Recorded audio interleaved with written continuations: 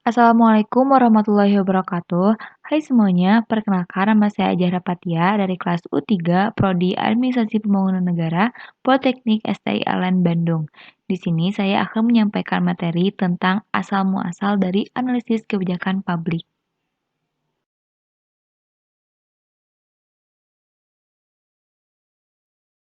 Nah, dalam arti luas, kebijakan dapat dilacak ke satu titik masyarakat di mana pengetahuan dalam proses kebijakan secara sadar dibuat, sehingga dapat memungkinkan dilakukannya pengujian secara eksplisit dan reflektif terhadap kaitan antara pengetahuan dan aksi. Nah, umumnya dipercaya bahwa perkembangan prosedur untuk menganalisis kebijakan publik berhubungan dengan pertumbuhan peradaban yang relatif tiba-tiba dari suku-suku atau bangsa-bangsa yang memiliki kebebasan laut yang luas dan ekspansi serta diferensiasi peradaban kota dalam sejarah dunia. Jadi, analisis kebijakan sebagai aktivitas yang terspesialisasi menyertai perubahan-perubahan di dalam organisasi sosial yang diikuti dengan bentuk-bentuk baru teknologi produksi dan pola permukiman menetap.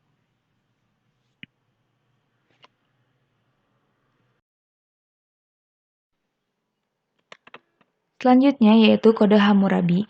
Kode ini merupakan salah satu contoh dokumen kuno dari upaya sadar untuk menganalisis kebijakan publik.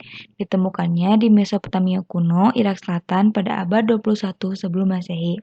Kode ini menghasilkan fakta-fakta tentang politik dan pemerintahan. Kode ini juga ditulisnya oleh penguasa Babilonia pada abad 18 sebelum Masehi. Dia mengekspresikan keinginan untuk membentuk ketertiban publik yang bersatu dan adil. Kode ini mencantumkan persyaratan-persyaratan ekonomi dan sosial untuk suatu permukiman urban yang stabil, di mana hak dan tanggung jawab didefinisikan menurut posisi sosial. Kode ini mencakup prosedur kriminal, hak milik, perdagangan, hubungan keluarga dan perkawinan, dana kesehatan, dan akuntabilitas publik. Selanjutnya yaitu ahli nujum. Ahli nujum atau spesialis simbol, ia bertanggung jawab pada peramalan tentang akibat dari kebijakan-kebijakan. Analisisnya menggunakan mistik, upacara ritual, dan ilmu klinik untuk meramalkan masa depan. Otoritas dari penghasil pengetahuan yang khusus pada zaman kuno tersebut, sebagian didasarkan pada apakah saran-saran yang diberikan menghasilkan kebijakan lebih baik, tidak sekedar pada prosedur dengan cara apa saran-saran tersebut dihasilkan.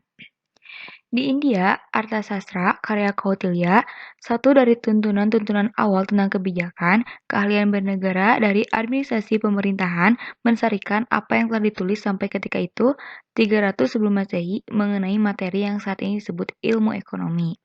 Menurut Aristoteles, seperti para pemikir sosial kontemporer yang menemukan bahwa politik praktis menjijikan, cenderung menerima kedudukan tersebut dengan harapan agar dapat menggunakan pengetahuan untuk memecahkan masalah publik.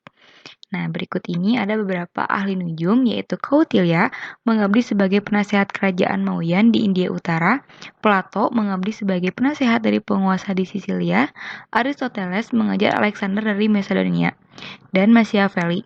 Nah, kesemuanya secara mendalam terlibat dalam aspek-aspek praktis pembuatan kebijakan pemerintah selain pekerjaan mereka sebagai pemikir-pemikir sosial.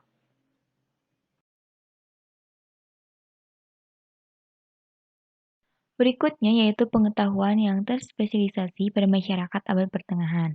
Pada abad ini, ekspansi dan diferensiasi cara bertahap peradaban kota sepanjang abad pertengahan berlangsung dengan diikuti oleh struktur okupasi yang memudahkan pengembangan pengetahuan yang terspesialisasi. Nah, pada abad ini, berbagai kelompok kebijakan diangkat oleh para pangeran dan raja untuk memberikan saran dan bantuan teknis. Pertumbuhan pegawai ahli atau disebut politisi profesional oleh Weber mengambil berbagai sejumlah bidang yang berbeda di dunia. Seperti di Eropa, India, Cina, Jepang, dan Mongolia, abad pertengahan para pendeta merupakan kelompok penduduk yang terpelajar, karena pada saat itu secara teknis dibutuhkan.